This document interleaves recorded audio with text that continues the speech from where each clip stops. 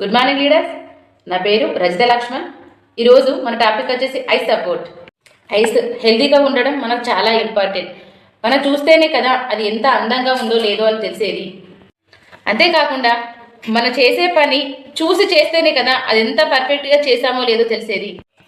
మన ఐస్కి వచ్చే common vision ప్రాబ్లమ్స్ని మనం ముందుగానే గుర్తించడం చాలా కష్టం. మరీ ముఖ్యంగా చెప్పాలంటే గ్లైకోమా, డయాబెటిక్, ఐ డిసీజ్, వయసు పెరిగే కొద్దీ చూపు మందగించడం, వీటికి ఎలాంటి వార్నింగ్ సైన్స్ ఉండవు. అంటే మనకి ఇలాంటి ప్రాబ్లం వస్తుంది అని ముందే హెచ్చరికలు ఉండవన్నమాట. మనం చూపు మందగించడం ముందే గుర్తించకపోవచ్చు, కానీ మన కళ్ళను హెల్దీగా ఉంచుకుంటేనే మన బాడీని హెల్దీగా ఉంచుకున్నట్టు. దీనికి మంచి రిజల్ట్ ఏంటి అంటే మన వెస్టేజ్లోని ఐ సపోర్ట్.